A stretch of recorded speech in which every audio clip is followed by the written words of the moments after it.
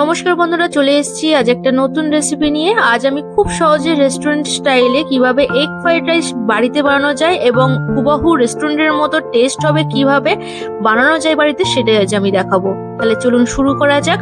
আর এই রেসিপিটা খুব সহজভাবে আপনাদেরকে বানিয়ে দেখাবো। জন্য একটা পাত্রের মধ্যে আমি 2 বাটির মতো আমি চাল দিয়ে দিচ্ছি। আপনারা আপনাদের বাড়ির মেম্বার অনুযায়ী চাল দিয়ে দেবেন। আমি এখানে 2 বাটি চাল দিয়ে দিয়েছি। এবার এই চালকে আমি ভালোভাবে এবার ধুয়ে নেব। এরকম হাত দিয়ে ভালোভাবে চালকে ধুয়ে নিচ্ছি। আর দেখুন, চালের মধ্যে কিন্তু প্রচুর নোংরা, জলটা একদম কালো হয়ে যাচ্ছে। এইভাবে 5-6 বার আমি চালটাকে ধুয়ে নেব। চালটাকে ধুয়ে নিয়েছি। এবার এই ধুয়ে নেওয়ার পর এর মধ্যে দিয়ে দেব জল দিয়ে দিলাম। আর এরকম চালটাকে আমি আধ ঘন্টার মতো জলের সাথে ভিজিয়ে রাখবো। এর মধ্যে দিয়ে দিয়েছি একটা ডেক। আর এই ডেকচির মধ্যে আমি জল দিয়ে দিচ্ছি। আর এই ডেকচিতেই আমি ভাতটা বসাবো, সেই জন্য এই জলের মধ্যে দিয়ে দেব 1 চামচের মতো নুন।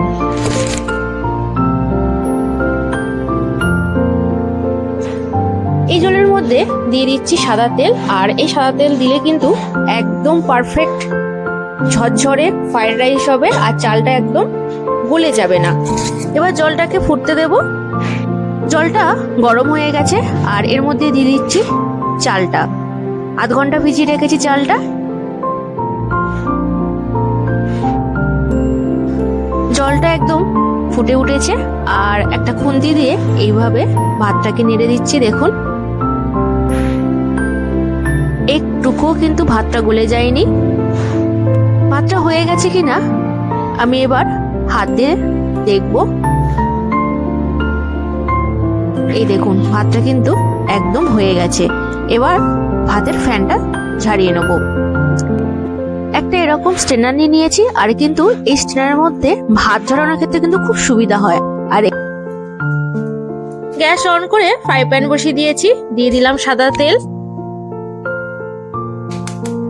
একটা ডিম এই তেলের মধ্যে ফেটিয়ে দিয়ে দিলাম। পরিমাণ মতো নুন দিয়ে দিলাম।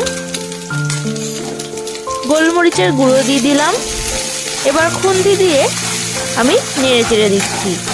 আর এই ডিমকে কিন্তু ঝুড়ো ঝুড়ো করে নিতে হবে। ডিমটা ঝুড়ো ঝুড়ো হয়ে গেছে। এবার একটা প্লেটে আমি নামিয়ে রাখবো। ডিমটাকে নামানোর পর এই প্যানের মধ্যে দিয়ে দিলাম সাদা তেল।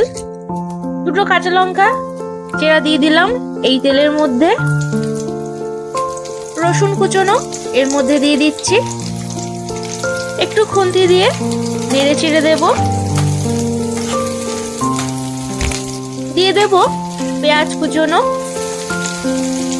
পেঁয়াজ কলি দিয়ে দিলাম। একটু এবার নেড়ে চেড়ে দেবো খুন্তি দিয়ে। আর এর মধ্যে কিন্তু আপনারা ক্যাপসিকামও অ্যাড করতে পারেন। ভাজা ডিমটা এর মধ্যে দিয়ে দিলাম। আবার খুন্তি দিয়ে ভালো করে আমি নেড়ে চেড়ে দিচ্ছি। 1 চামচের মতো সয়া সস দিয়ে দিলাম। জল ঝরানো ভাতটা এবার এর মধ্যে আমি ঢেলে দিচ্ছি। এই দেখুন, একদম কিন্তু ভাতটা খুব ঝরঝরে হয়েছে। আবার খুন্তি দিয়ে ভালো করে কিন্তু সব কিছু একসাথে মিক্সড করে দিতে হবে। দিয়ে দেব গোলমরিচের গুঁড়ো। খুব সামান্য পরিমাণ একটু চিনি অ্যাড করছি, এটা আপনারা স্কিপও করতে পারেন। আবার খুন্তি দিয়ে ভালো করে আবার সব কিছু একসাথে মিক্সড করে দিচ্ছি। আর আমি কিন্তু নুন আর অ্যাড করিনি, কারণ হচ্ছে ভাতের মধ্যে নুন দেওয়া আছে, সবজি ভাজার সময় নুন দেওয়া আছে, আর ডিমের মধ্যেও নুন দেওয়া আছে। যদি লাগে তাহলে আমি অ্যাড করব, নাহলে আর অ্যাড করব না। আমি এইভাবে খুন্তি দিয়ে সবকিছু একসাথে মিক্সড করে দিলাম। আর একটু আমি জাস্ট টেস্ট করে নিলাম যে ঠিক আছে কিনা। একদম কিন্তু সবকিছু ঠিকঠাক আছে, নুনের পরিমাণটাও ঠিকঠাক আছে। একদম ঝরঝরে এগ ফ্রাইড রাইস। রেস্টুরেন্টের মতো একটু আমি এরকম টস্ট করে নিচ্ছি, আমার ঠিক হয় না, তাও চেষ্টা করলাম। এটা হয়ে গেছে, একদম পুরোপুরি রেডি। এটাকে এবার একটা প্লেটে আমি নামিয়ে রাখবো।